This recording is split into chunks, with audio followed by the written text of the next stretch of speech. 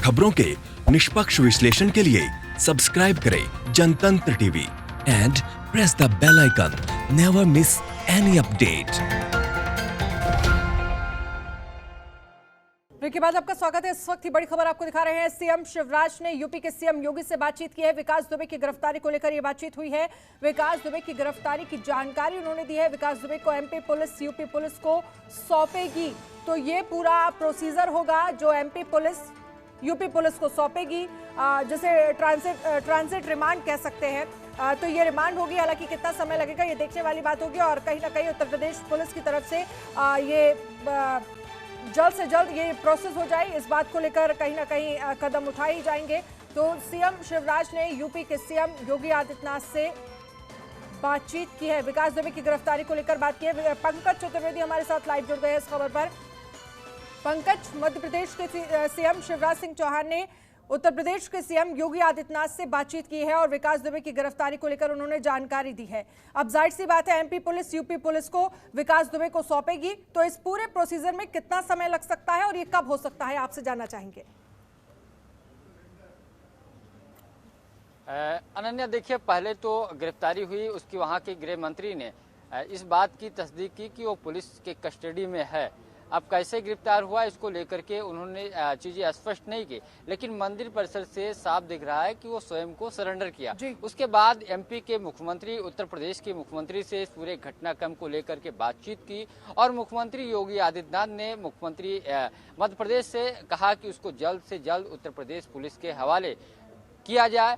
उस पर बातचीत हुई। उसके बाद चूंकि अभी एक कानूनी प्रक्रिया होती है, जब दूसरे राज्यों में इस तरीके के कोई अपराधी या कोई भी व्यक्ति पकड़ा जाता है तो उसको न्यायालय में पेश किया जाएगा और उसके बाद ट्रांजिट रिमांड पे लेकर के यूपी पुलिस, यूपी के जो एसटीएफ के टीमें यहाँ से रवाना हो चुकी लेने के लिए, जिसमें कई सारे अधिकारी और एसटीएफ के जवान हैं और यूपी पुलिस के भी कुछ अधिकारी हैं जो रवाना हो चुके हैं लेने के लिए। तो वो प्रक्रिया गुजरने के बाद यूपी लेकर के आएगा। लेकिन बात यह है कि दोनों जगह इन्हीं की सरकार है, मतलब भारतीय जनता पार्टी की दोनों राज्यों में सरकार है, तो ज्यादा कानूनी दांव पे ऐसी स्थिति नहीं उत्पन्न होगी। ये तत्काल ट्रांजिट रिमांड पे कोर्ट में पेश करने के बाद यूपी पुलिस के हवाले किया जा सकता है। क्योंकि अगर दूसरी राज्य में दूसरे पार्टी की सरकार होती तो हो सकता था कि पूछताछ के लिए एक दोनों सरकारें रोक लेती। उनका कहीं ना कहीं कुछ कानूनी ऐसी चीजें हैं कि वो पूछताछ कर सकती थी या वहीं रोक सकती थी, या ऐसी भी कह सकती थी कि ले जाएगी, यूपी पुलिस इनकाउंटर कर सकती है दूसरी पार्टी की अगर सरकारें होती। इसके साथ साथ और कई चीजें हैं, लेकिन अब इन्हीं दोनों राज्यों में भारतीय जनता पार्टी की सरकार है तो वो कानूनी या ऐसी स्थिति नहीं उत्पन्न होगी। और आज शाम तक ही जो अपराधी विकास दुबे है वो उत्तर प्रदेश में लाया जाएगा और फिर यहाँ पे कोर्ट में पेश किया जाएगा। उसके बाद एसटीएफ या पुलिस उसको रिमांड पे लेकर के पूछताछ करेगी। क्योंकि विकास यादव को भी विकास दुबे को डर सता रहा था कि कहीं उसका एनकाउंटर न कर दिया जाए, उसके साथियों जैसा उसका हश्र न हो, इसीलिए बाकायदा वो जा करके सरेंडर कर दिया।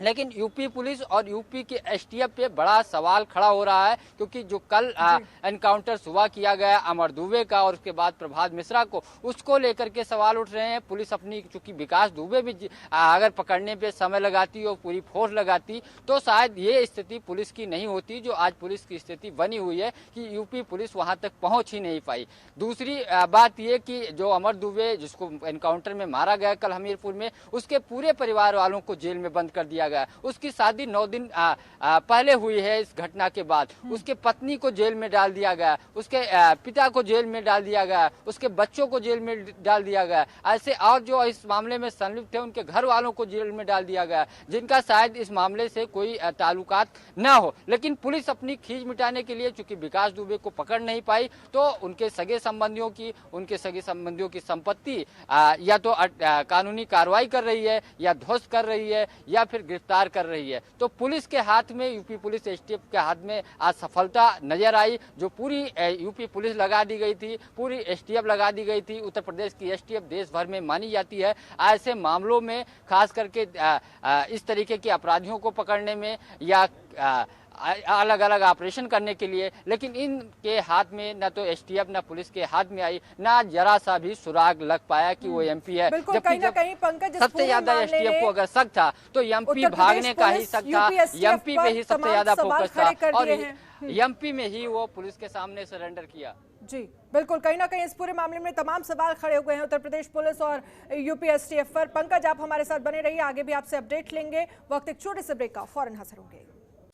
खबरों के निष्पक्ष विश्लेषण के लिए सब्सक्राइब करें Jantantra TV and press the bell icon. Never miss any update.